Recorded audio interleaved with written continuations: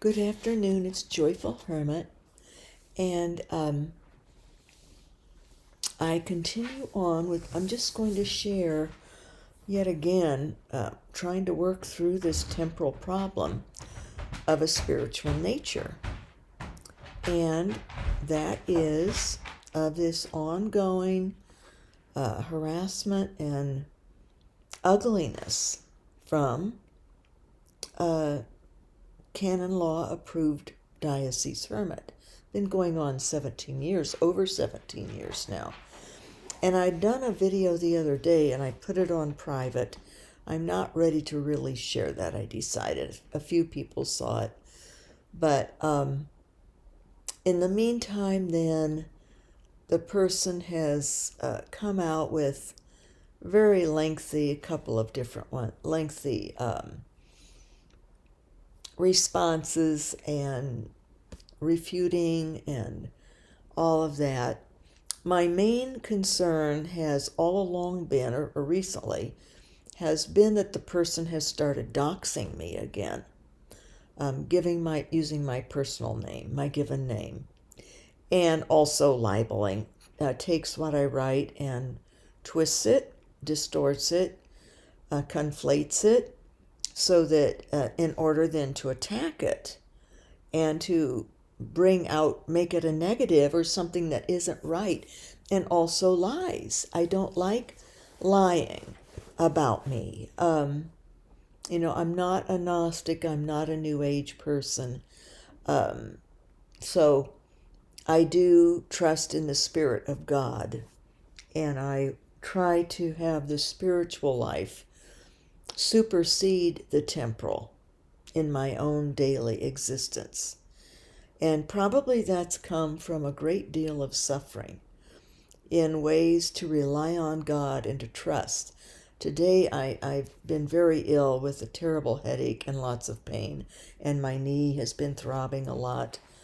I didn't wrap my knee with castor oil for a day, not even quite a day, and it's not easy to keep that wrapped and oil on it, castor oil on it, and so it's become very painful again. My knee has, and my spine and everything, and my headache is very bad. But I grieve. I grieve the church. I grieve people. I wanted to try to help this person to stop and to be kind and loving and good and not to keep attacking me. But that's not going to work. Then I realized that I'm dealing with someone like my ex-husband. I've attracted a narcissistic sociopath again, and there's really no dealing with them. There's no getting any kind of reason out of them or to have any kind of healthy friendship. You go through a lot of the same thing I've been going through, of being detracted and having what I write or what I share being twisted or misconstrued. There's really nothing to be done. And some of you have said, just forget the person, move on. And that's what I need to do if I can get away from the person. It's hard when the person is psychologically even hard when I am trying to write something or share something of the spiritual, knowing that it's going to be attacked, that it's going to be torn apart and put down. Then I start thinking, why's the bother in even trying to share things online? I had came to that point when I was writing my blog. I just get attacked and has other people helping do it. So then it becomes very sad to me that Christians and Catholics act like this. I've never in my life, of 44 years as a Protestant, I'm 73 now, most of the people I know are Protestant, people that I've known all my life. And or even my neighbor next door is an LDS. a Mormon, and just how lovely a person she is. Just lovely.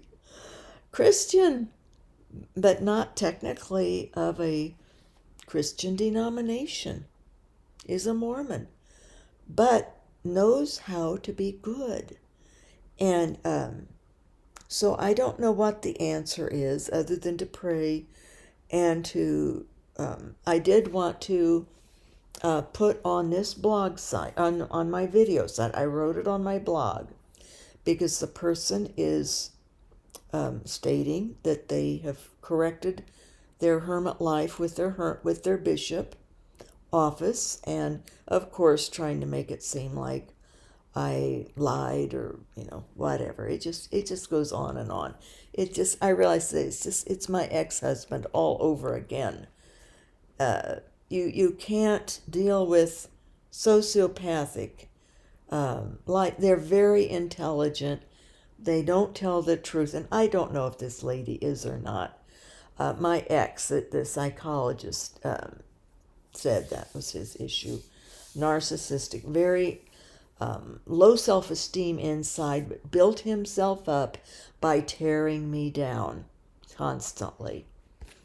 And that was back before internet, before Google, and it just was a subtle, gradual thing, but constant.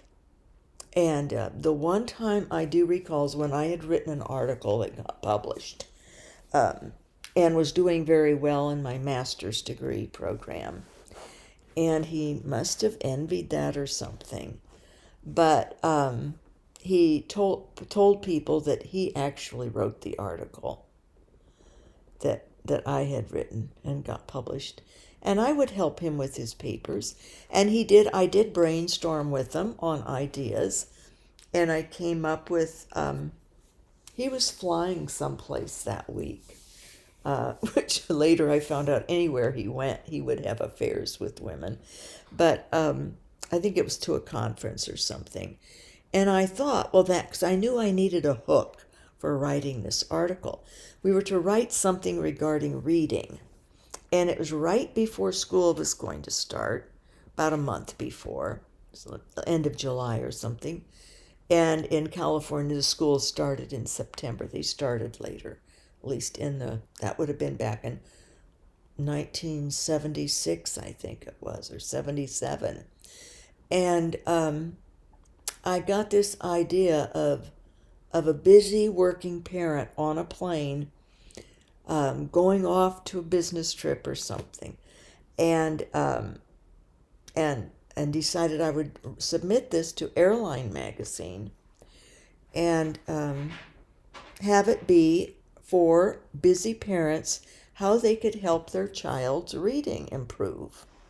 Even though they're not there at home, they can bring back things from their trip to help. Or even on the phone, call and on the phone give ideas, fun things for the child to do until the mom or dad got back. And I think I called it, You and Your Child's Reading, How to Beat the Clock. And so anyway, but he did help me brainstorm. I think I mentioned that idea, and then he did help brainstorm maybe a couple of the little ideas of how a parent, could help their child. He was in education also, elementary school teacher at the time. And but that was a big leap then to say that he wrote it, but he couldn't stand. That stands out to me as one time that I really found it odd, and I laughed it off with people. And maybe would joke and say, well, he wishes or something. And ironically, it did get immediately published because they wanted it for their September issue that was coming out even like the next week or something. And my professor at Cal State Fullerton happened to be on a plane and saw the article. So she was very proud of me, and it was a big boost for my already beaten down self-image from my husband, I'd already been married 4 years. And I was already, you don't recognize these things. But this I have recognized. The person somehow must have been envious or threatened by me, or just wants to have, because other people wrote to me and said that they had blasted them off, but wanted me to take that comment down. They were so afraid of this woman because of how she gets. And she is relentless. This has been going on for 17 years, into my 18th year. And it's a draining situation, but to me it's sad because I believe in helping people overcome. And that was my weakness with my ex-husband, that I didn't recognize what he was doing. And I would come up with all kinds of denials in my mind of these women, of clues that I would see. And sometimes God would show me even situations. And my husband, he did not like that. But he turned it around. See, they turn everything back on the person. So he even turned that around, that it was my fault that the marriage had failed. He wanted the divorce because of my mysticism. It always bothered him. He said he had all these things, and by the end of the marriage, when I insisted we go to counseling to try to save it for our children's sake, and I was willing to accept the infidelities that would go on forever. I knew they would for the children, but if he ever hurt the children physically or something, that would be it as far as I was concerned. And he did hurt the oldest child. Did a not a good punishment. It was terrible. What we go through in life, but I just want to be rid of this situation with this person. And I had wanted to help, but it's not going to happen. And so pray for me. I want to know how to get out of it, to get away from the person. And I get to the point at times of even wanting just to get out of Catholicism. It flips me back to, just a lot of the ugliness I had from parishioners and at times priests too. What kind of a father allows the other children to attack one of his children, and that's the image that I get, is that, like when I called that diocese and asked the Vicar General of Religion and also talked to the bishop's secretary, they passed me around to different people, which happens, and said these were the ones that would be in charge of this person. But they refused to even, or said that they weren't going to do anything. I wanted them just to talk with her, to tell her to stop it. That it was unbecoming, it was unchristian to keep that up. But they didn't, and I thought maybe they had. But here it's been 5 years, not quite, and she's all kept it up all along as far as demeaning what I would write. But the last year I got off writing my blog. I stopped just to stop the harassment and the doxing, and most of it was tear down. She hadn't really started doxing again until she discovered my online blog, except once in 2020. It's about a year ago. No, it was 4 years ago. It was in 2020. 4 years ago, she doxed me terribly and tore me now. Now, doxing is when someone reveals publicly on internet your name and your location, or just your name it can be. And it's especially if the person has made it a precedent to not reveal their name or their location. And I have made that clear ever since I wrote blogs. I've been writing a blog since 2005. And it's called all for God. And then in 2007, following my angel coming in a vision, a dream vision, and chastising me for having gotten too much in the temporal again. And I hadn't been living nor honoring the hermit life that God had chosen for me and valued very much. That's exactly what the angel said.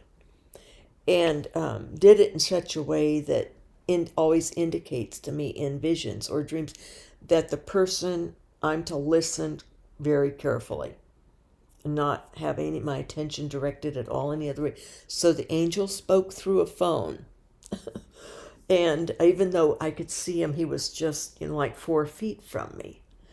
And my guardian angel. And very firm, but made it very explicit that I had been doing that, hadn't been living nor honoring. So even this one of my daughters was in that dream vision and said, "Who was that you were speaking to?" This God had that happen so that I would repeat it even in the dream vision, that I would repeat it exactly to her. And I was shaken by it because it was true. I had just finished having this little end-of-life house built, and I had gotten way too involved in all the decisions and in even the paint colors and all.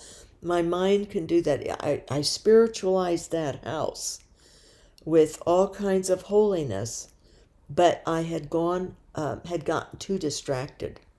I didn't balance that or integrate it in with reading the Bible and prayer. I even had cut back. I used to always go to 2 masses a day, and the priest knew and didn't mind. It was at the cathedral, or if I was in a town that had 2 parishes, I could do that. I like to hear the sermons also, but I love Mass. I've always loved Mass. I would have gone 3 times had they let me, or if it'd been okay. But also I did have other things I had to tend to, and it was a lot of driving back and forth for my back. But anyway, I started the blog called The Complete Hermit in order to help focus myself and be like an accountability journal, written online journal, not thinking anyone would see it or, but people did. She did, because it had hermit in it. And she doesn't like anyone else who's writing a hermit blog, especially someone who's also educated and can write and communicate. And I did. I used to be a much better writer. I'm not now. I'm in so much pain. It's part of God's way of humbling and of preparing me for temporal death, to have added pain. And my head injury also makes it harder for certain words to come at times. But when I'm in God's flow, the Holy Spirit lets the writing pour out of me. But as far as temporal writing, or even getting across thoughts in a blog, especially dealing with this situation, because in my blog, The Catholic Hermit, I wrote of this because she now is saying that she did go to her bishop and corrected the things, made herself known to the bishop 5 years ago, and I don't know, said something about having to wait 9 months or whatever, but she, I don't know why she didn't mention this sooner, but then also mentioned she doesn't know, she never broke any laws and doesn't know what I'm talking about, calls me by name and all on her site. And but of course she does. I said 5 years ago I wrote, and I never give out her name or her site or anything like that. I think I've mentioned the state by accident one time, but the state, it's a big state, so people wouldn't be able to figure out who that person is at all, from a state.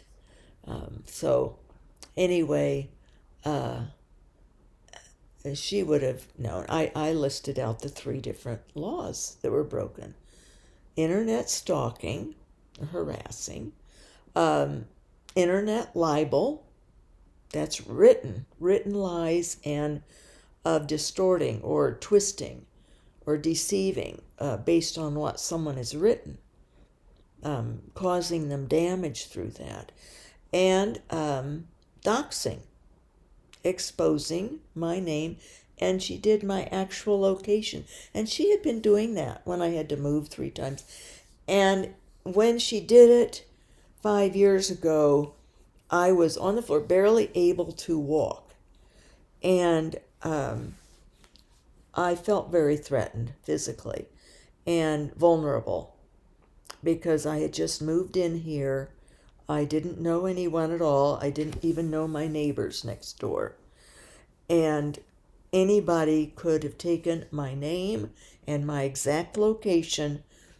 You can find address and all kinds of information that way. And also it exposed my adult children and everywhere else that I lived. That went too far. It just went too far, and that's why I called her diocese. Asked the Vicar General, who said he had never heard of her, that he had no diocese hermits there.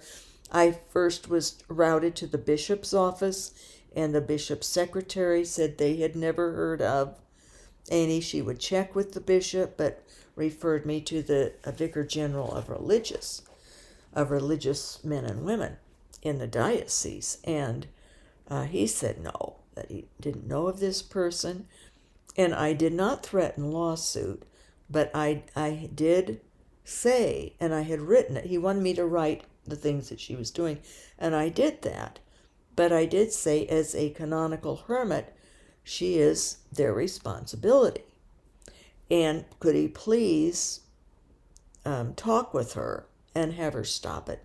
But I was stunned when he called and said he did not know of her, and he advised me, which surprised me out of the blue, to take civil legal action against her for breaking the laws. And I didn't want to do that. But I wrote what transpired, knowing that she reads every single of my blogs. Now acts as if she has other ones do it. On my online here, I caught her. She finally found it just about 6 weeks ago or so. And I wasn't sleeping at night and saw that she had had a YouTube channel and was leaving negative comments, and immediately blocked that and reported her to YouTube for harassing, because I knew the 17 years of it I'd been through with the written part. And that's why I left writing my blogs, because it's hard to write when you know you're going to be attacked no matter what. And docs, it just is a invasive, horrible feeling that someone's trying to destroy you. And but she's twisted all that now and says I'm the one that's trashed her and blah blah blah. No, I've spoken the truth. I did the best fraternal correction I could do, including going to the elders of the church, asking them to help. And I called canon lawyer here, asking if he had any ideas of how to help. And he didn't. Well, I thought of something. He could just say, I'll pick up the phone and I'll call that diocese and talk to their chancellor, because he's a chancellor also in addition to canon lawyer, and ask them to talk with her. But she now is saying that she's made things right with her diocese, did 5 years ago, and hasn't been stalking, or I don't know. She says she doesn't even know what laws she's supposedly broken. Of course, never broke any, and all these justifications. That's fine. I want her to stop doxing me. I don't want, and she knows it. She knows I never use my name. I remain anonymous. It's just vicious. It's ugly. In all my years, 73, 44 years as a Protestant and ongoing still with my Protestant contacts, lifelong family and friends. I have some Catholic spiritual friends, not many. The one couple that I have are very good ones, but I have not met as many people who seem confused about right and wrong. And so I really think that I don't know if it's the system, the Catholic system of not having been encouraged for centuries to read the Bible themselves. And they didn't have access at first to the Bible. People couldn't read, and they didn't have money, and Bibles weren't being printed. But even now, when I would suggest starting Bible studies in parishes I was in before I was a hermit, no, And then when I did start a Catholic book discussion, people wouldn't come unless the Reverend Monsignor would sponsor, would say he approves it. Had to have the priest approve. People could, and he didn't want to, because he didn't want me involved or doing things. He knew of my mystical life by then, and it's hard for priests to grasp that God shows you what he wants. It isn't that you just can look at someone and know everything about them. It's what God wants to show. And if you're growing spiritually and developing toward spiritual union with God, if that's what you want in life, and you seek and strive in that, and God wants that of us, mystical experiences need to drop off because they're distractors. They're temporal distractors. And it's better to not have them and to go in faith. And the closer you are to God, eventually, all of that, the different kinds of mystical phenomenon ought to slow down. That's the best if it does. Even Padre Pio's stigmata healed over, started the last few days. That part of his ministry and mission was over. And what great suffering it was. It's not fun being a mystic. You tend not to fit in, especially once something observable happens. And people get very threatened by it and envious. That runs the gamut of their emotions. And I've had people be vicious in parishes. So it's this person is not the first one by any means. It's just one that I haven't been able to fling off. I've tried various means of doing so, including ongoing prayer. The trees I would dedicate as prayer trees, the flowers, the white petunias are part of it now. And so I don't think it's possible. I think I'm dealing with God wants something else of me. Maybe I have a couple of ideas of what it is. And one is maybe to join in and become that myself. That's what this chancellor, canon lawyer, encourages. But I don't know if God wants that of me. He's never indicated that he wanted me to be temporally a hermit, by a legalism. He's even though this canon lawyer chancellor said that is a different one. One years ago said that the reason that the bishops ratified Canon Law 603 was they really had no jurisdiction or any type of control over the privately professed hermits that were all that there were then, and had been for over 2,000 years. That was how it was done. People just became a hermit when they were called. But if there was someone that had become a hermit who wasn't really, say, wasn't mentally right or wasn't living the life correctly, it was more difficult for the bishop to intervene or intercede in the situation. So this canon law then gave them more control over it. And that made sense to me. However, this other person has written that it is because the hermit, they needed to force the church to recognize and respect hermits, that they hadn't been recognized and respected enough. In other words, to have a place or a position. And I think that that's probably, from the hermit's perspective, why a few of them got a certain bishop, a Bishop de Rus, to sponsor and to lobby this for them with the bishops. And they got it through. 81, it got included in the updated version of the canon law, Codex of Canon Law of the Catholic Church. So I see a good purpose for it as far as the bishops are concerned.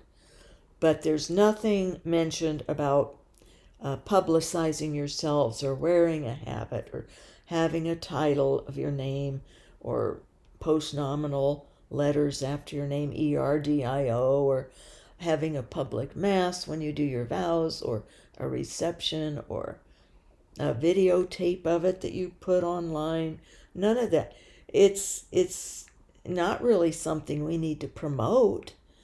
If God's calling hermits, he'll call them and they'll know it.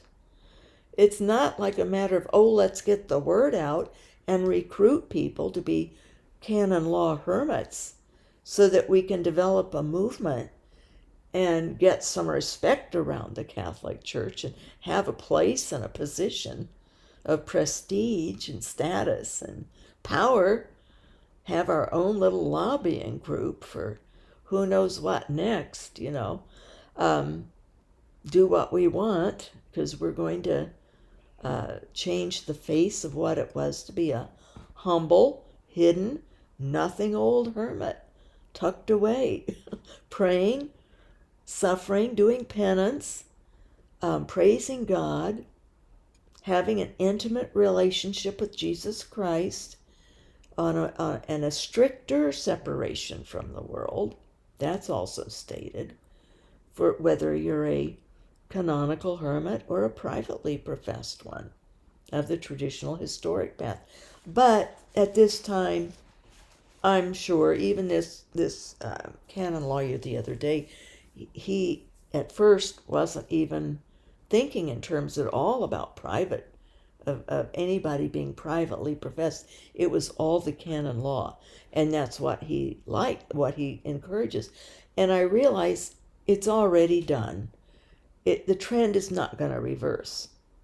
So I can remain this way, but other people aren't going to, in general, even know enough other than canon law and what the precedents have been set in the last 17 years of more public, or even longer, of more publicized kind of situation. And really even maybe more like the anchorites had. But the anchorites faded out. Not only being enclosed and walled in, the anchorites of the Middle Ages, that is, and of having this major ceremony where people knew, and so that all that dropped away. And if God doesn't like this, he will change it. I've just been praying, is that what he wants me to be doing? Am I to, if you can't win them over, join them and work on it from being one to help get the standards back to something more humble and hidden, and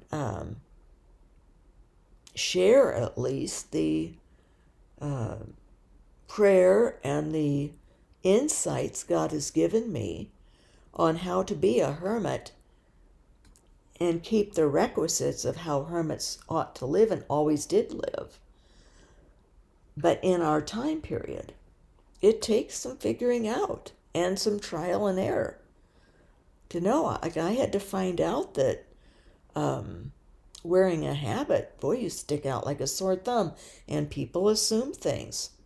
So, not to repeat things I said in this other video that I put on private, but so anyway, I'm just saying that I'm moving on from this woman, and I wrote it on my blog. She'll read it, or someone will, and report to her and all. And I'm very thrilled that she has gotten everything straightened out with her diocese, or that it was always fine from the get-go.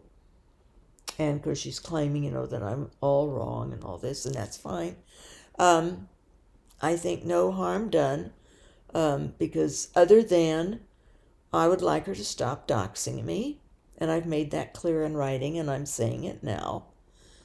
And I also would like to have the seeming fixation on what I say and what I write, and then having somebody unnamed and unnamed sources if writing in and complaining about what I said, but twisting it, so that then she expounds on that using my name and both my moniker name and my given name, and not even correctly uses it. It doesn't, if she wants to use titles, then use doctor. That's my title. Out in the world, but I don't use that myself. Why? I'm not in the profession actively now, even though people still do when they're retired. But I'm not into that. I don't like to be noticed. I'm never have liked being noticed or in front of people particularly, but my mother had me in speech and drama, different things, so that I would get over that. And professionally, then I could make presentations to school boards and groups and things, but it's not my natural enjoyment or how I like to be, and definitely not as a hermit. Humility, humility, humility. That's my path of being a hermit. So we'll see, but I'm thrilled that the person has moved on and is living her hermit life well, according to herself, and that's fine. I'm not going to assume otherwise. Let's just move on. I'd love to move on and stop the stalking, the back and forth and all that. It's just silly. It's just so immature from my standpoint of trying to be bothered that someone else is writing a blog or doing my videos. But it's done damage, though. It's done damage. And for me personally, and for what I felt was God's will for me in sharing my spiritual life. So I'll continue on, and we'll see how it goes. I got this book out today. I'd started reading it a long time ago. The Training of the Will by Johann Lindorsky. He's a Jesuit. This is a reprint of an older book, but it came to mind today because I watched a podcast of a daughter who's a pickleball pro. And she has these good podcasts with a couple other people. And I have been able to, with good I think, fairly good utilization. I listened to her podcast, which lasts maybe an hour or so, to support her and to, tell her how good this aspect was or that aspect, and give her a text or something. But I like the comments that they make and the suggestions for the sport and their mindset and preparation, how they prepare their bodies. And today they were talking about how they recover from a very arduous tournament or even matches with heat or cold or whatever, or even their muscles and their bodies and their minds to recover their bodies and their mindsets after something that was very difficult and high stress if you're at the pro level, professional level of these players. And of course, I'm here listening and I'm plugging it all in to the Spirit of God and how then my spiritual life is like this sport. I think of St. Paul and the running the race. So I like the idea of how I recover from situations in life that happen due to the sport of spiritual life, which includes the devil in it. We have obstacles in the spiritual life. Maybe the sport we can think of is being knights in battle, in armor, like Joan of Arc, if you're a female, and other Saint Ignatius, if you're a male, before he became a religious, a Jesuit. But that whole attitude of preparing for spiritual battle against the evil, against the devil, and how do we recover from attacks, demonic attacks and things like that? How do we train our wills for battle? Train our wills for God's will in us and what we are supposed to be doing with our lives even. So that's why I thought of this book. And I'll just read off some of the chapters. If any sound particularly interesting, let me know. I can do a book review of this or of the contents. There's an introduction, then there's the psychology of the will, the pedagogy of the will. That's, little subtitles are evaluating specific proposals for forming the will, right and wrong ways of thought control, former training in rejecting thoughts valueless, systems of thought complexes linked to time, keeping motives in readiness in adolescence, external attitude, energy, concentration, the execution of specific resolutions, practice in self-control, endurance and suffering. That's just one chapter there that has all that. And that's the one I was just ready to read. Hadn't quite gotten to it yet. The pedagogy of the will. This will be good for me just in putting a wall up to this person. And it'll be hard because the devil has worked in. And I'm already used to having been married to someone with that personality type or disorders or whatever they are. Not that she is, but it's the same aspect that feel that I am dealing with, and I wasn't good at it before with the husband in trying to get progress in moving on with that situation. After 5 years of it, after the divorce, a judge saw through and tapped his gavel 3 times, and myself and my little children, then a little bit older, 5 years older than at the divorce, were allowed to move 22 miles away. And then it made a huge difference to our lives, the children's lives and mine, to be away from the constancy of the harassment we received, myself in particular.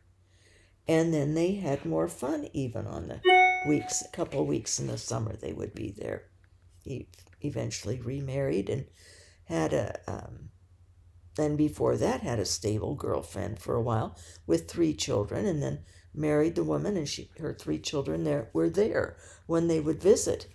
And they had more sense of security and safety having these other children to be with. So it worked out very well then. Here's another chapter on training the will. Specific tasks. Acquisition of willpower. Oh, I need willpower. Finish this house. The formal process of making resolutions. Successful action.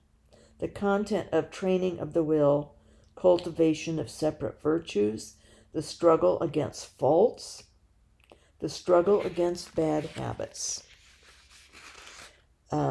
Chapter 4, the complete task, the secret of the Ignatian exercises. The life of Christ and a vocation.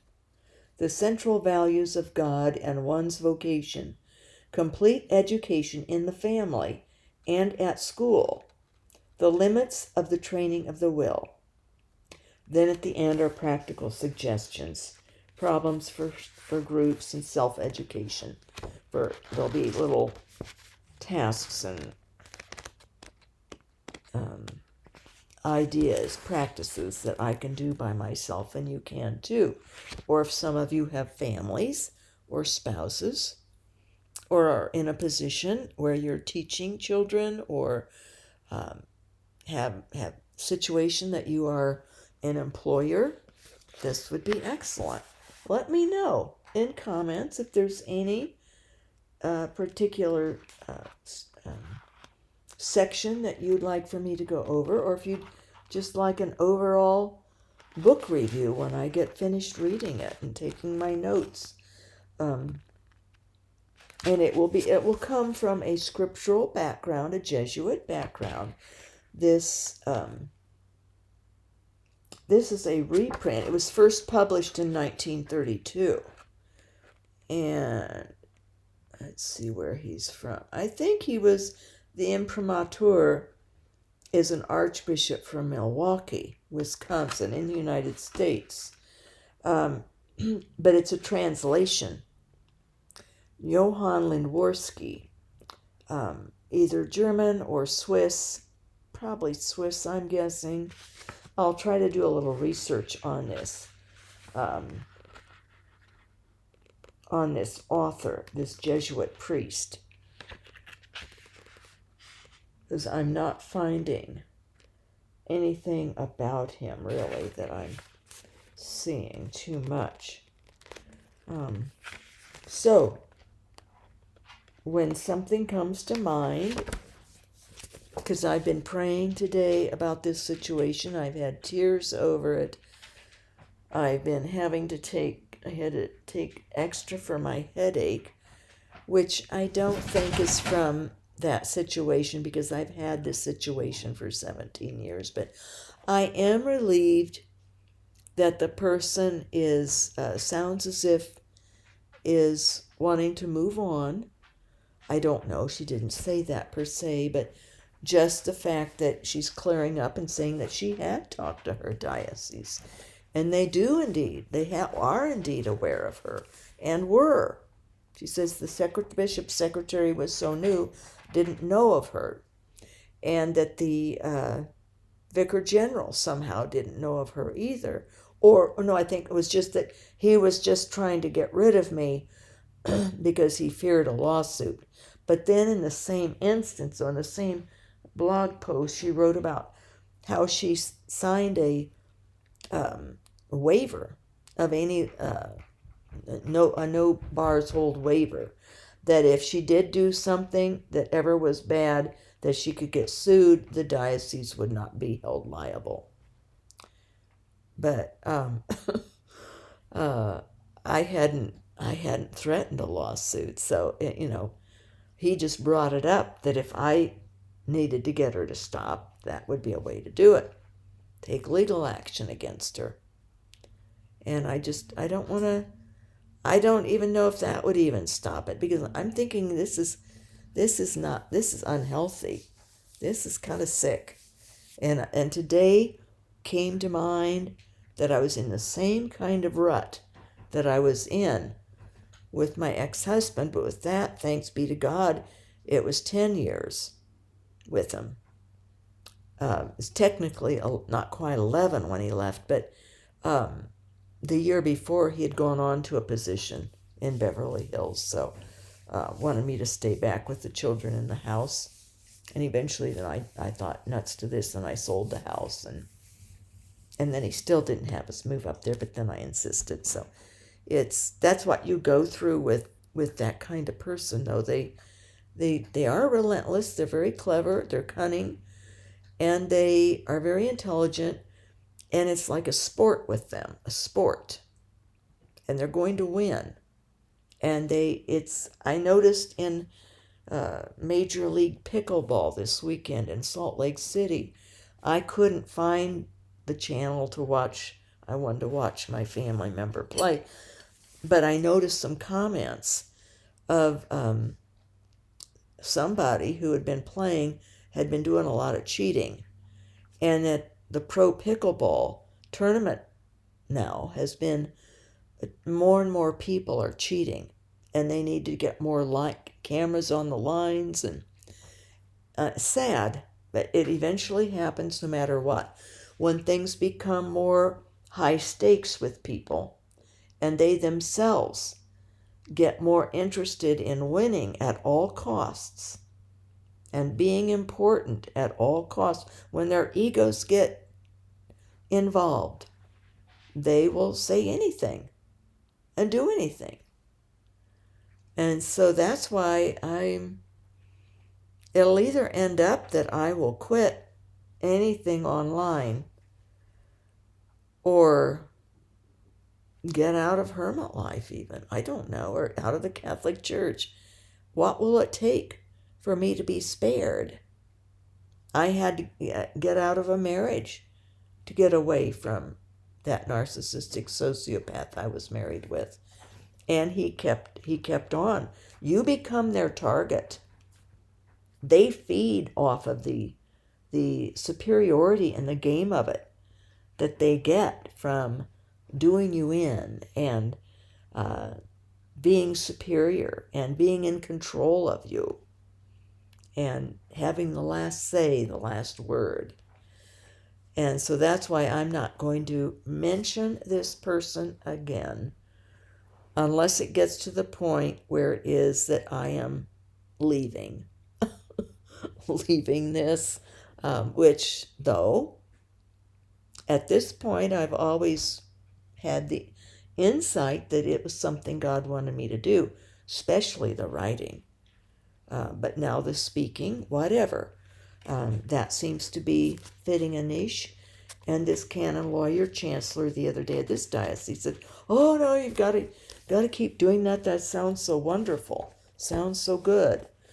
But I think it's causing harm to me. The situation has, and I think what's happened also is the same that happened with my blog. It's losing viewers because my credibility has been destroyed.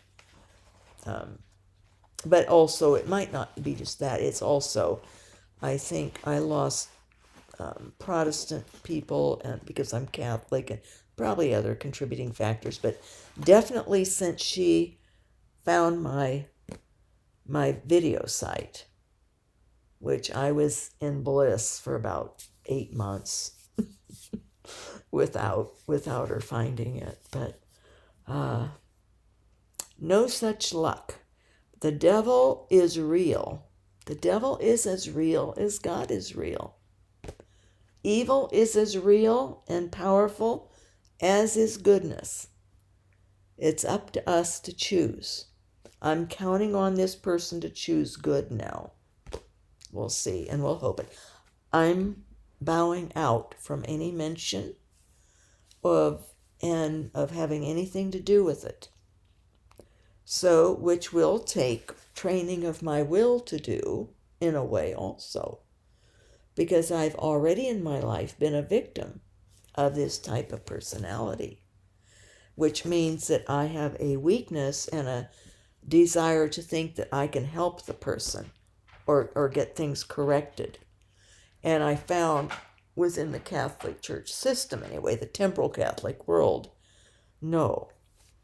And that's why I'm disappointed, because the reasons the bishops ratified according to the canon lawyer years ago, ratified having a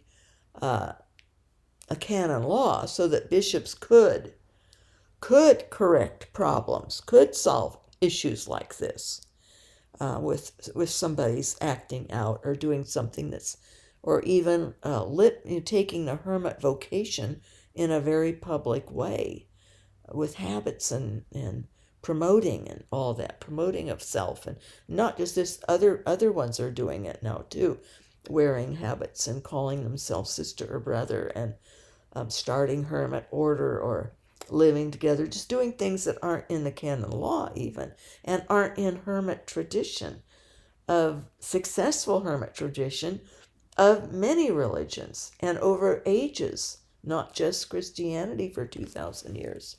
So, but since they weren't willing to stop the person from what this was doing, that was 5 years ago, I guess they don't have to. Bishops don't have to. So it isn't really that effective of a law in that regard now, of making corrections of problems. So, and then the person, is more into saying it's just an overview guide, a sort of a guidance thing of, or being under jurisdiction, but they don't really have any control over, even if the hermit wants a certain spiritual director, that's up to the hermit. So I could get my LDS neighbor to be my spiritual director, evidently, and diocese couldn't do anything about it. I wouldn't, but what a lovely person she is. She's very accepting of me and my Catholicism. And I have had to explain to her that I'm a hermit, a religious solitary, that I'm a professed and consecrated Catholic hermit. And that's the other point that I made in the other video that I'm not sharing right now. And that is that God does the consecrating. People don't. Even bishops. God consecrates. Any bishop would tell you that they're not the ones consecrating hermits. God consecrates. Consecration means to make sacred and holy. That doesn't happen by another person imbuing that upon someone. So God consecrated me through my vows and through my baptismal vows way back when I was baptized at not quite a year old in the United Methodist Church, which now is having severe problems. They went through a massive split. Because they lost their charism, they lost their way, and I don't want that to happen in Catholicism. We already have some division of sort of along political lines, at least in this country, liberals and traditionals, conservatives. And there's also a problem, I think, with the hermit path that can get solidified. It can, but the trajectory is already, if I would go out and ask Catholics, what they know of a hermit vocation, all that they would know at this point would be the diocese type hermit, from reading about it in diocese newspapers, Catholic radio, National Catholic Press. They wouldn't know that they could be a hermit through private vows, as was the way, because the church hasn't gotten rid of that. But the emphasis now, and assisted by this person, has been on the other way. And they prefer that way, and I can see why, if the bishops will correct problems as they come up. If they don't, what's the point of having the law then, really? Because hermits don't need to be recognized and don't need to be respected and don't need to have a place of honor in the church. We're nothing to God's all of any vocation. We are the least. We are the least. And to be the most hidden and the most obscure and humble. So, the end of this one. God bless His real presence in us.